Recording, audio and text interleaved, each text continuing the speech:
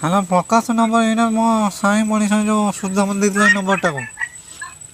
ପ୍ରକାଶ କେମିତି ଜାଣିନି? ଆରେ ତମ ଗାଁ ମଳଙ୍ଗପୁର ନା? ନା ନା ମୋର ନା ନା ଏଇ ନମ୍ବରଟା ମୋତେ ମଦନ ପଇସା ଦେଇଛି ତମ ଫୋନ୍ ଲଗେଇବା ପାଇଁ। କିଏ ମଦନ? ହଁ ମଦନ କେମିତି ଜାଣିନି? ଆରେ ମଳଙ୍ଗପୁର ଲାଗିଛି ଏଇ ନମ୍ବରଟା ଦେଇଛି ନି ତମେ କ'ଣ କହୁଛ ମନା କରୁଛ ଏଠି? ମଳଙ୍ଗ? ହଁ ମଳଙ୍ଗପୁର ମଳଙ୍ଗପୁର।